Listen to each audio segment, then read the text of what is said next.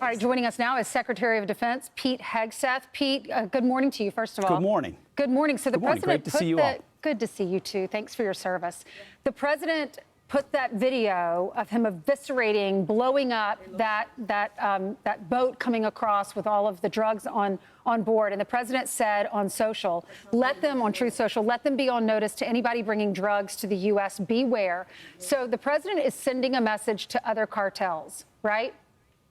A very clear one. I can tell you that was definitely not artificial intelligence. I watched it live.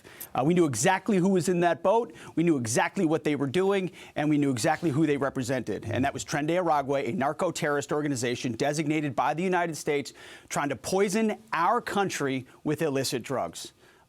Last year, under the Biden administration, all 4 years, 100,000 Americans died from drug-related from drugs, from the use of drugs, many of which poured in from Central and South America through our southwest border. Now, we're sealing the border, but President Trump is willing to go on offense in ways that others have not been. And to send that clear signal to Tren de Aragua, Cartel del Sols, and others emanating from Venezuela, we're not going to allow this kind of activity. You're poisoning our people. We've got incredible assets, and they are gathering in the region. And so you want to try to traffic drugs? It's a new day. It's a different day. And so those 11 drug traffickers are no longer with us, sending a very clear signal that this is an activity the United States is not going to tolerate in our hemisphere. Well, Mr. Secretary, you made it very clear when we had the opportunity to visit the southern border at Fort Bliss. The Southern Command knew exactly where these folks were and that you guys were going to take them out.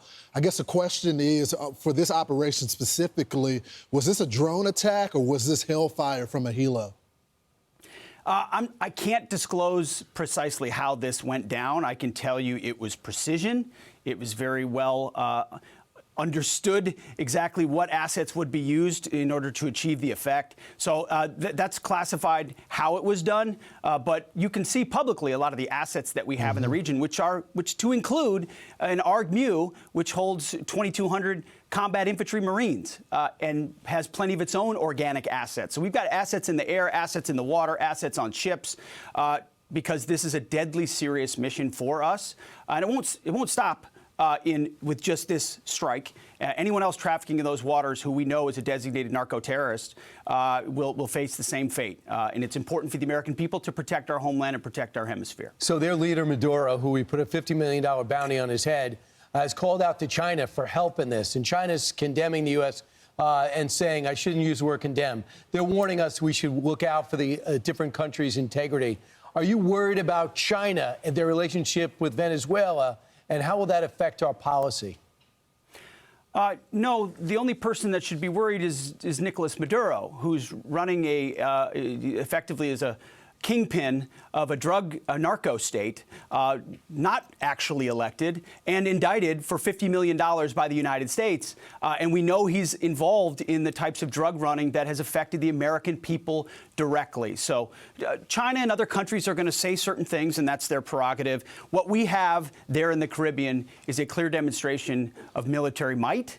President Trump has shown, whether it's the southwest border, whether it's the Houthis in freedom of navigation, whether it's Midnight Hammer in Iran, that the precise application of American power can have incredible impacts and reshape dynamics around the world and in the region. So Nicolas Maduro, as he considers whether or not he wants to continue to be a narco trafficker, has some decisions to make. And that's all I'll say about that. Is regime change our goal there? Well, that's a presidential decision, and we certainly understand the indictment. We understand the $50 million.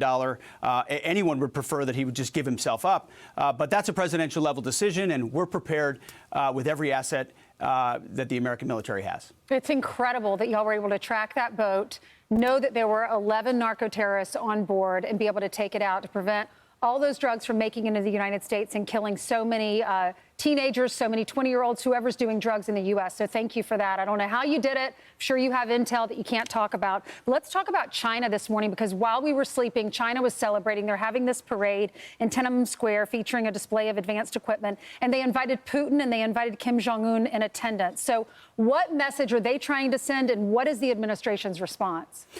Well, unfortunately, the weakness of the previous administration has driven Russia and China closer together. That was a terrible development of a lack of American leadership and a lack of American strength. And you saw it around the world. And it manifests in what we saw on TV last night. But that's why President Trump has charged us at the Defense Department to be prepared, to rebuild our military in historic ways, to restore the warrior ethos and reestablish deterrence, not because we seek conflict. We do not. And we've been clear about that with China or Russia or others. But because by being prepared, you prevent it. You ensure that the American people and the homeland are safe. And demonstrations of parades are fine, but they don't hopefully manifest in actually military conflict. So we know what they believe and what they're about.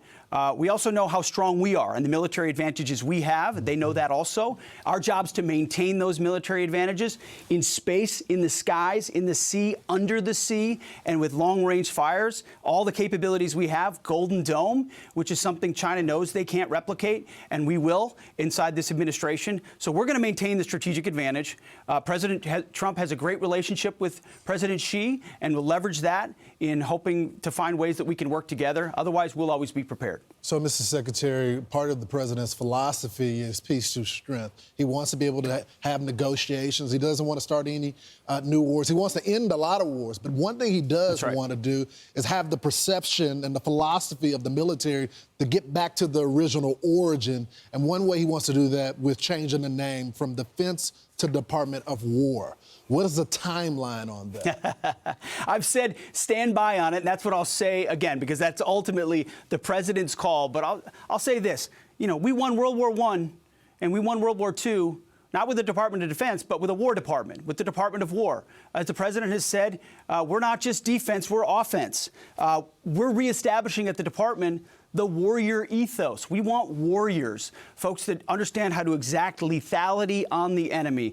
We don't want endless contingencies and just playing defense. We think words and names and titles matter. So we're working with the White House and the president on it. Stand by, but we might have some new signage here, right over here, eventually. We look forward to it. Well, even here in the briefing room. And we'll see if you have to go to Kinko's to change your business cards. That's going to be something that's going to make a decision from the White House, I'm sure.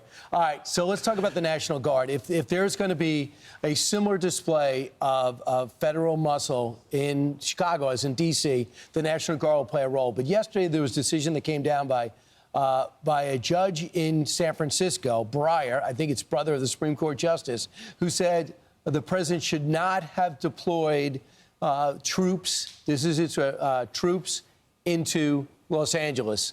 I assume that means the National Guard, because you also put Marines in there. They said you can't do investigations, you can't aid the ICE or police officers. They really limited anything National Guard can do.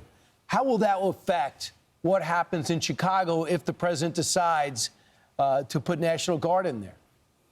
Well, Brian, that'll be appealed. It already has been appealed in California because it's an incorrect decision. Ultimately, the president had every authority. The National Guard was working completely within those confines, supporting law enforcement, protecting federal buildings and federal agents. That's what we said we were going to do from the beginning, and that's what we did. So everything we did in Los Angeles was lawful and, by the way, effective. Gavin Newsom wasn't willing to do what was needed to prevent a Summer of Love 2.0. And so we got in there, secured the city alongside federal law enforcement. We supported them. That'll be appealed. That'll be overturned. And what you see in Washington is the right kind of collaboration with state, local, city law enforcement.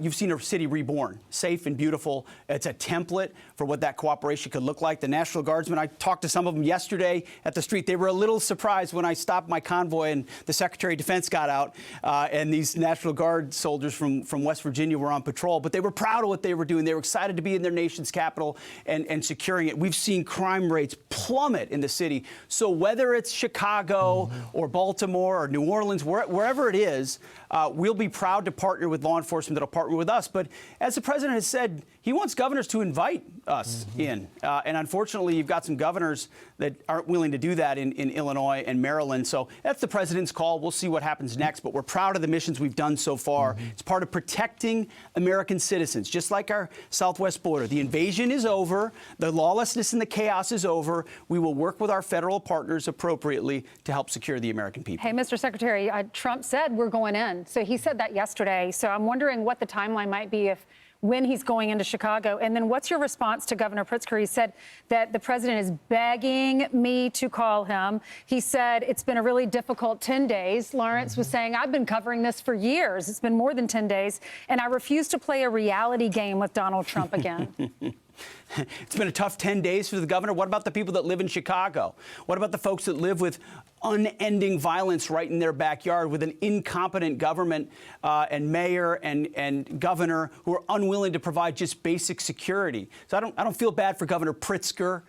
He should be welcoming support. He should be welcoming outside efforts to come alongside him, just as, frankly, the mayor of Washington mostly has. So he's playing a shell game. It's a charade. He knows that his city's out of control. It's the president's decision when on Chicago and what the scale looks like. But the folks in Chicago, folks in Illinois, deserve to live peacefully like everywhere else. Unfortunately, they have dysfunctional leaders. And Mr. Secretary, you know about things. this job, too, because you used to be in the National Guard. You know, all these people talking about what the National Guard can do. You used to command a unit with the National Guard. You took fire from protesters, so you know what they can do.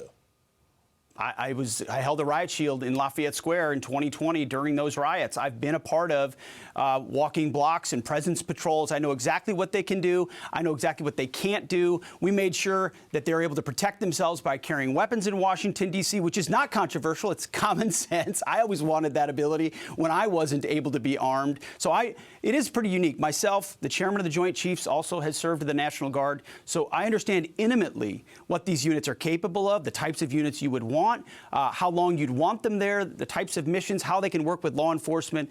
And so we're happy to support in every way the president's belief that we should be helping to secure American cities where Americans deserve to live safely. This is probably the last time we're going to have the chance to say this, but thank you, Mr. Secretary of Defense. Right. We'll introduce you maybe some different way shortly. Last time. I'm Steve Ducey. I'm Brian Kilmeade. And I'm Ainsley Earhart. And click here to subscribe to the Fox News YouTube page to catch our hottest interviews and most compelling analysis.